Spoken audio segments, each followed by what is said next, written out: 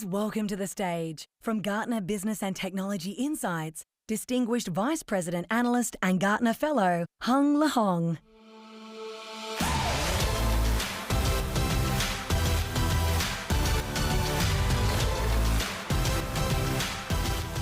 Good afternoon, everyone, and welcome to the CIO's and Technology Executive Agenda, where we look at the state of technology leadership today and talk about your agenda for 2026. So the reason we can do this is that Gartner has the world's largest CIO and tech executive survey, and it allows us to observe some very interesting trends and the directions that we're actually going to go into. But let me cut right to the chase. A lot of you are planning right now your budgets, what you're going to do for next year, and I want to give it to you directly right from the top. These are the key insights for 2026. Let's just go through it a little slowly. First of all, budget on the left-hand side.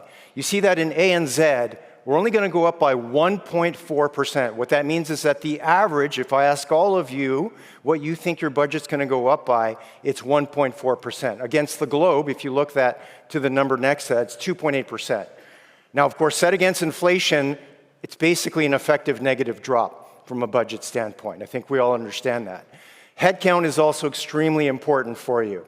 That in ANZ, we anticipate, or actually you guys told us, a negative 0.2% on the IT headcount. Now, that contrasts quite a bit against the globe, which is going up by 1.3%. So again, these are average changes, but it helps you plan for that future. Now, if we go to the next chapter in the middle, what's very interesting is that there's a huge raise in the investments in these technologies. I think they should be very obvious to you. Gen AI, traditional AI, cybersecurity, BI data analytics, still very, very strong. But take those increases against a contrast of your budgets that are essentially flat or negative with inflation and headcount. It provides a very, very interesting contrast. And if we go to the far, far right, the technology that showed the strongest intent of absolutely, I'm going to implement this in my enterprise in the next 12 months, no surprise, agentic AI. 42% of you are saying that you're going to do that. So that's really a quick snapshot of what you are saying as a group and the globe is saying as a group as to where we're going to head to with our budgets, headcounts, and investments. But that's everybody else. Let's talk about you today. How do you become a great technology leader in 2026? So, we did a lot of research to find that out. And one of the first things that we looked at is, well, what is a technology leader? How do we define that? So we've got two personas here. We've got Daniel up here on the left. Daniel's the type of leader that is responsible for run, grow, transform for just a part of the business, maybe the corporate systems, the infrastructure, and so forth. But Marika here, on the right-hand side, she's responsible for everything. When you ask the Marikas out there, they say, well, I'm responsible for running and securing, growing and transforming the technologies in all parts of the enterprise. So there are many, many different types of leaders out there. And the way that we ask the questions in the surveys is as follows. We said, hey, the enterprise is made up of 4 different areas. On the left-hand side, you've got the front office and the back office, and then there's a part that's very industry-specific, your products and services to the market or to citizens, and of course, your core operations. And when asked, what are you responsible for? Some of us say, well, I'm responsible for the back office part. Whereas others say, well, I'm responsible for operations, maybe products and services. Of course, some of you are responsible for all 4 parts of the business. And by asking these questions, it allowed us to look at something very, very specific, which is of the 2,500 technologies that were surveyed this year, this is the distribution. If you look on the far right-hand side, in ANZ, only 7% of technology leaders are responsible for the run, secure, grow, and transform of the entire enterprise. Most of us as technology leaders are right here in the middle. We look after 3 or 2 of the 4 parts of the enterprise, and then of course some of us are only looking at 1 part of the enterprise. Okay, so there are different types of leaders, those that are the domain leaders with only 1 or 2 quadrants versus those that are what we call the enterprise leaders. Then what we ask them is, how did you do in 2025 and going forward? Did you actually exceed on the outcomes that you promised to your CEO and the leadership team, or did you struggle on them? So for example, if you were in front office, if part of your mandate was actually, I will use technology to improve the front office, did you improve citizen experience? Did you improve customer experience? If you did so, and the CEO thinks so, you exceeded on your outcome. So you're at the top of here. If you had a difficulty in doing that, let's say in operations and you promised to cut costs, then maybe you struggled or maybe you were in the middle. And this allows us to take all 2,500 leaders and look at them as one, get our arms around the entire thing. So it surprised us quite a bit. First of all, it's almost a perfect distribution. There are those that are really good. There are those that struggled. Yes, the all four quadrants that's on the far right, only 7% of us are out there. But generally, there are technology leaders that of all types that are out there. Now, this is for the globe. ANZ is like this. And it's the orange dots. And it's very similar, I would suggest. I mean, I'm not a pure statistician. I've got a whole team of folks that work on this. But generally, you can see that the distribution is the same. Okay, so leaders in ANZ have a similar profile to the actual globe. So to understand what would be important in 2026, we asked the question, well, what did the top performers, those that are in that top box, what do they have in common? What did they do better than the others so that we could identify some of those abilities to execute?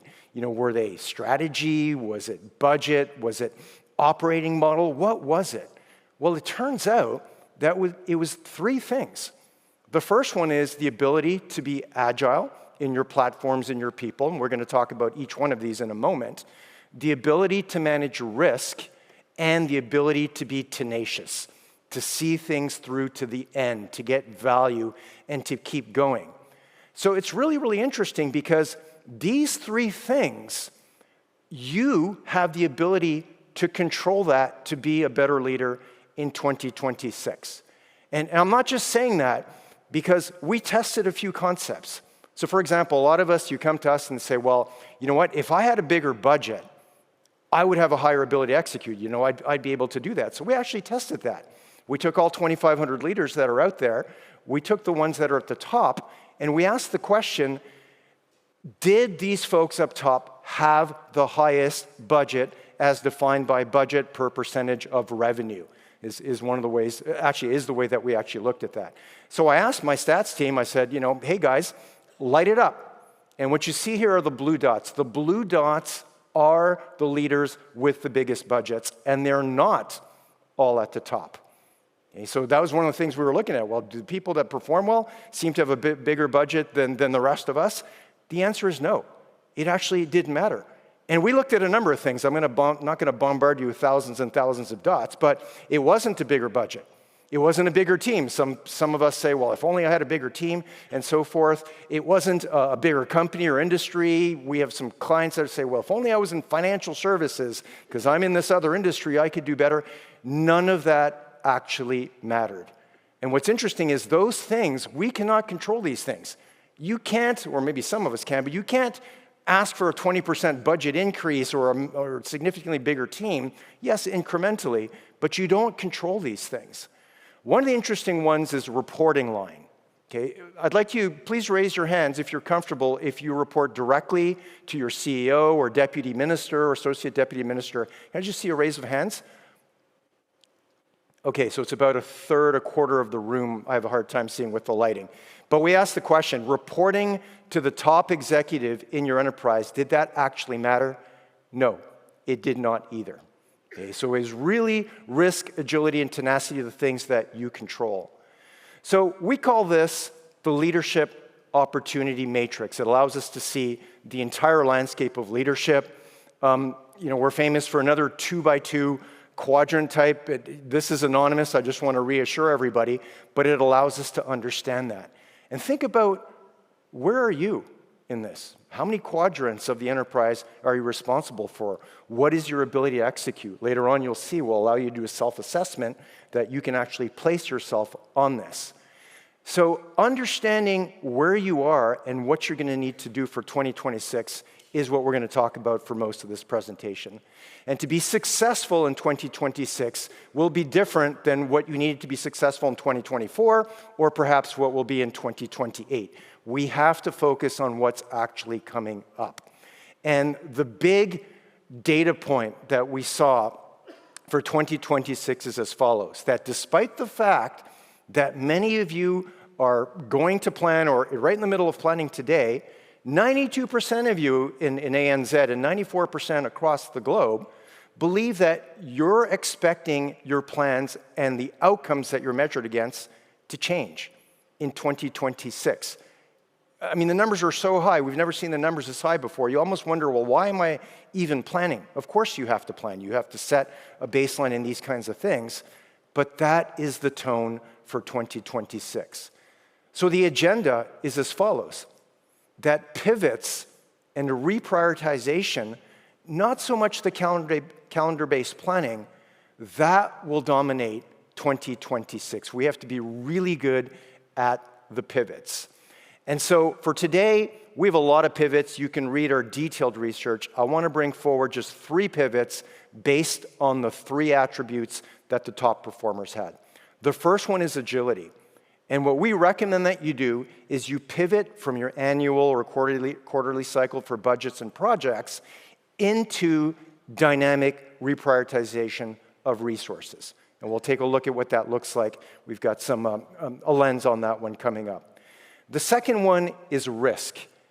Here, again, lots of risk. You can imagine at Gartner, we have a list of the top risks, and you're welcome to take a look at it in our research.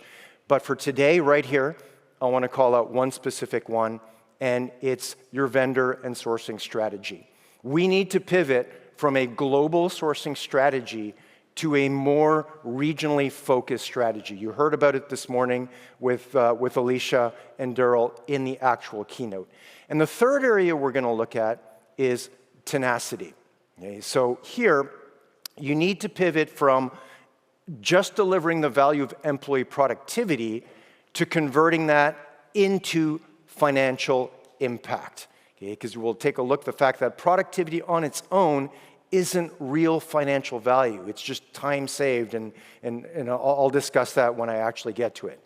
Okay, so let's take a look at the first pivot, which is agility. We want to pivot from annual cycles into dynamic reprioritization of resources.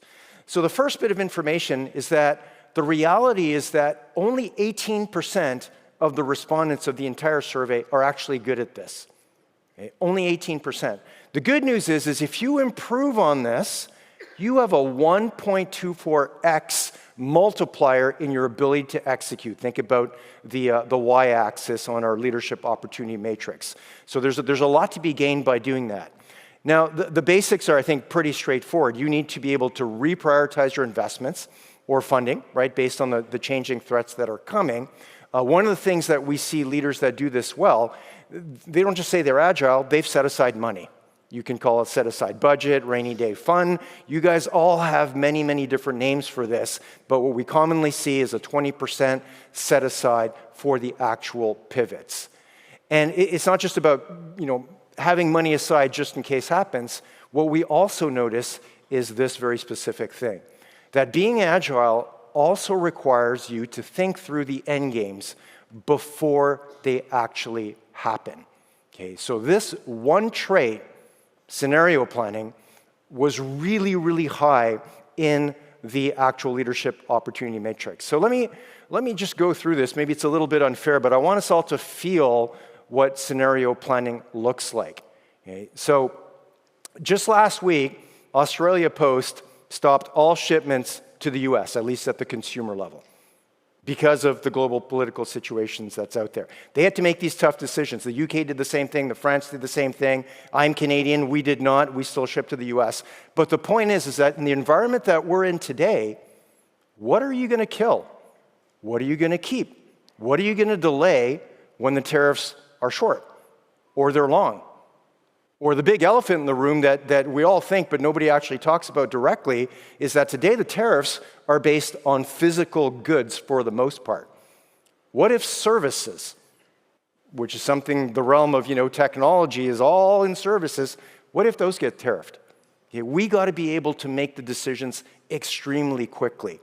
So we encourage you to scenario plan, look at your initiatives. It's a very, very daunting task. It's very, very detailed.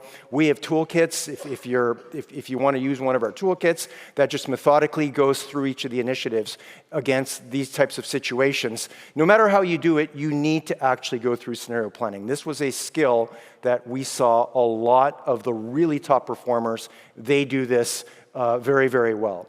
And so a quote that captures this, and I think Karen is here, although I can't see, but Karen shared this with us, and I'll just read it out here, that, I work in an organization which values perfection. And I'll just paraphrase, because it's critical, we work with medical products. It's from Cochlear, which is the implants, if you will. So we build medical products that we design and manufacture, so they demand that perfection. But when applied more broadly, this can hinder our ability to adapt and respond quickly. So Karen, with some leadership team, says, I'm leading the transformation with my peers to prioritize the work based on enterprise value so that you can make faster, or we can make faster-based decisions and deliver value in an iterative way. You are a leader amongst your peers to help move in this direction, and this, what Karen shared with us, is an example of that. Okay, let's go to the second big pivot, which is risk.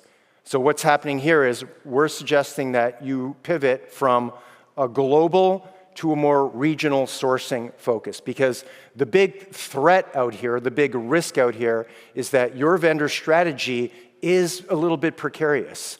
And it looks like this, that today, 28% of you, so much higher than the last one, are actually good at this, at these risk management, especially focused towards vendor sourcing.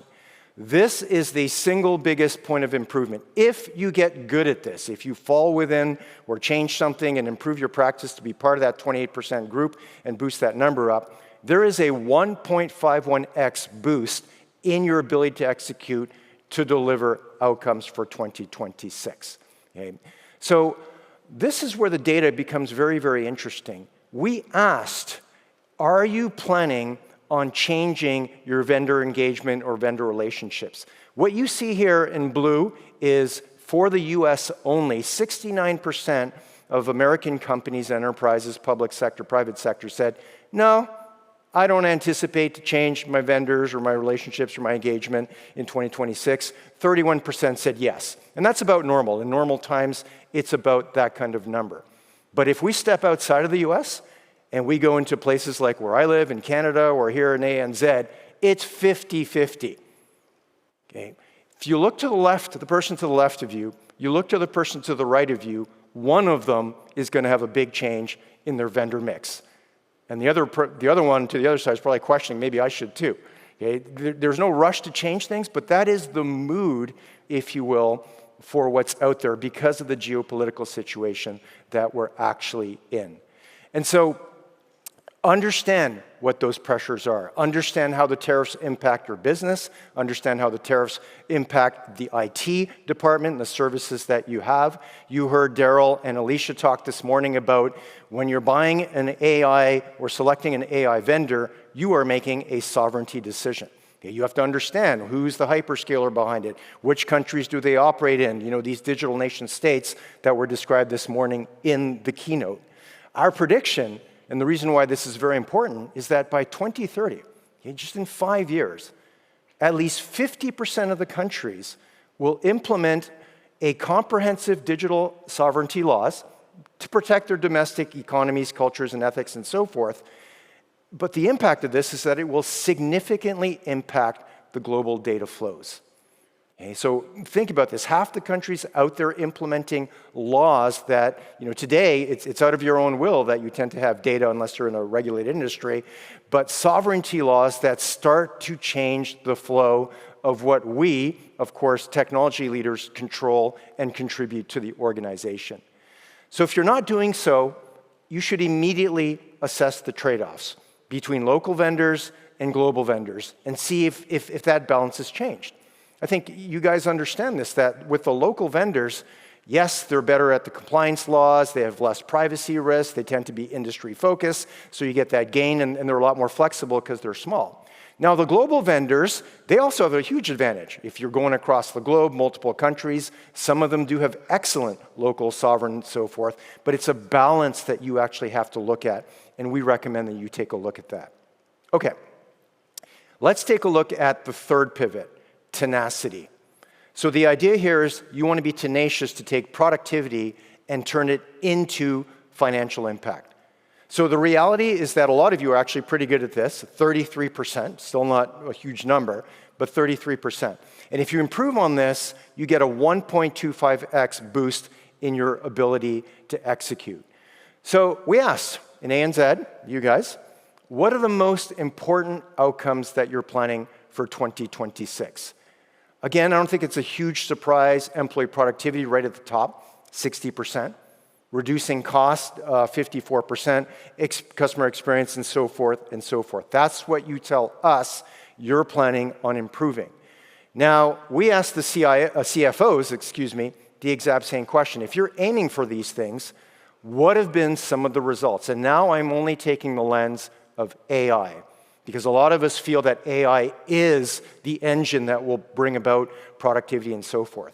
And it becomes very, very interesting. You saw snippets of it. I'm showing you more detail. You saw snippets in the keynote. This is a little more detailed. That CFOs are saying, yeah, you know what? We did get benefits from AI, but 74% of them were just saving time. What that means is that you put in something like Gen AI, and it saves an employee 20 minutes of their day. But saving an employee 20 minutes of their day isn't financial value, because when we asked the CFOs, well, what about real money? Right? Were you actually reducing costs or generating revenue? You can see the numbers here, 5% and 6%.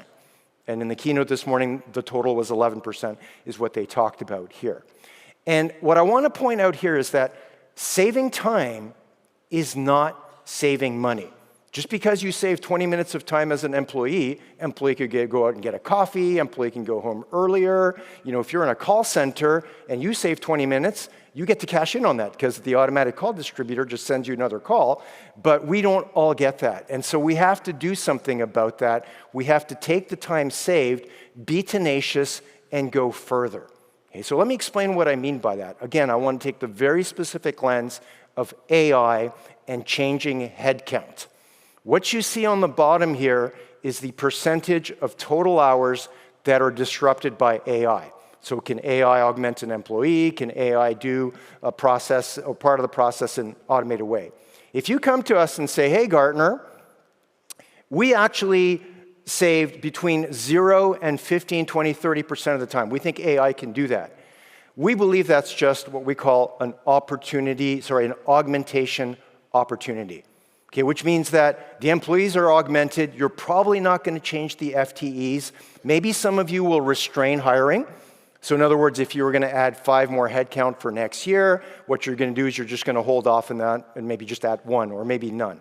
Okay? But then if you say, well, you know, Gartner, hang on a second. We're actually saving much more than 15 or 30%. The AI is able to save us 50% of the time or part of the process or the tasks that we do in there.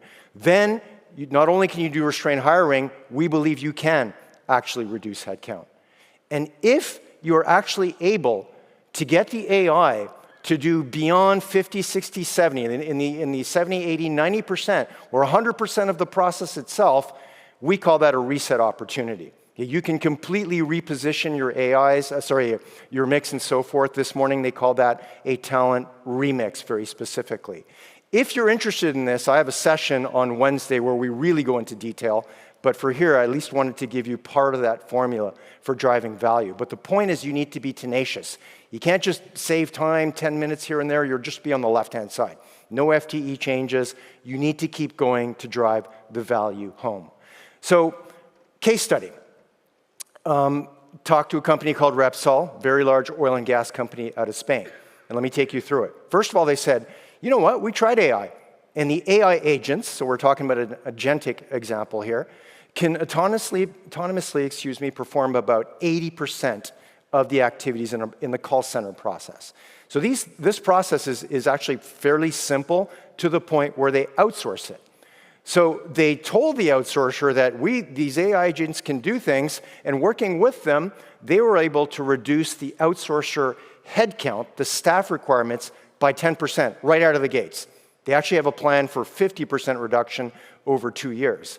So the managed service provider reduces headcount by 10%, but Repsol now restructured their contract with the MSP to reduce the cost or the spend on the MSP by 5 to 7%.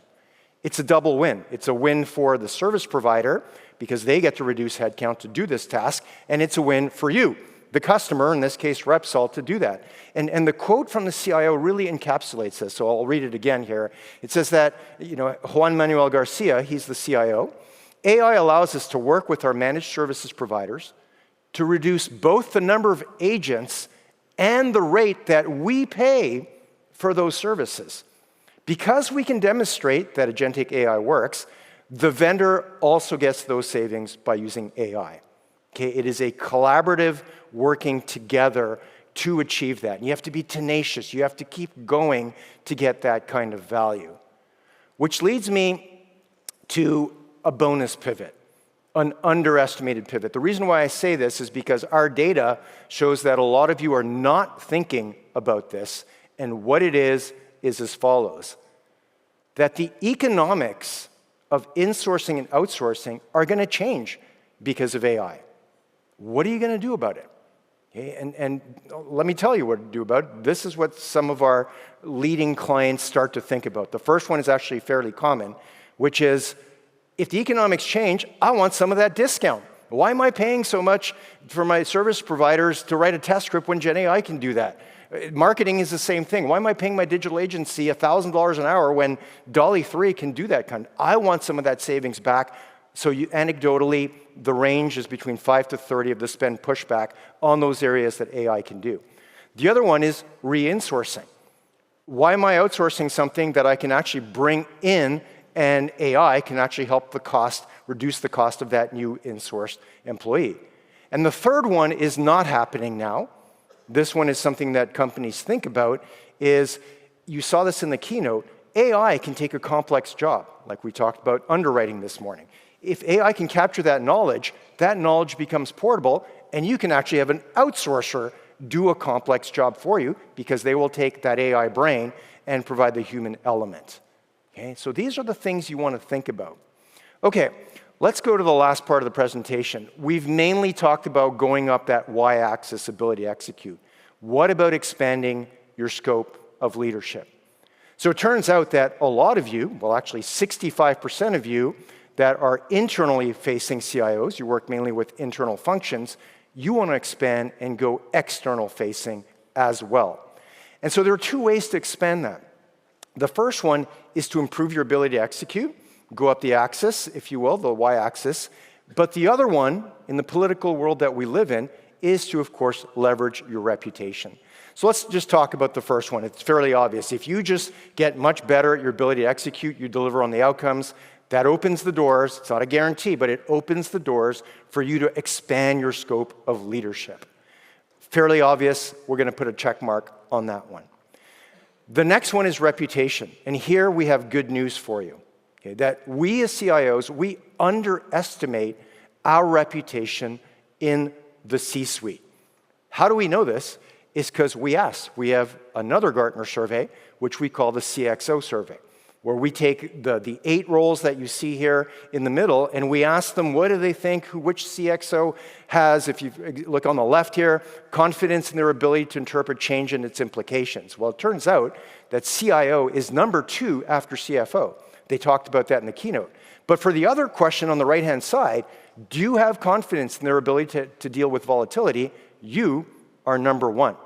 All the other peers, the CXOs in the middle, view you as the most influential and ability to deal with the volatility. So our belief is that there is no better time than now. We've never seen the rankings with the CIOs that high before. There's no better time than now to leverage your reputation, to ask to open the doors and move towards an increased scope of leadership on the right. So to summarize the presentation for today, the agenda is as follows. I'm going to base it on the pivots that I talked about. If you want to be a top performer, focus on agility, risk, and technology. The pivot on agility is to go from annual cycles of planning to dynamic reprioritization. For risk, we call out sourcing strategies. Expand from global to global plus regional. And then for tenacity, take productivity, go all the way, and turn it into financial impact. So where do you sit in the leadership opportunity matrix? If you've done the survey, you can ask your executive partner if you have one. They'll light up the dot for you. We'll call our quant people. You will see where you actually are. Okay? And then you can understand and get guidance from that. If you did not fill out the survey, you can actually take a mini survey.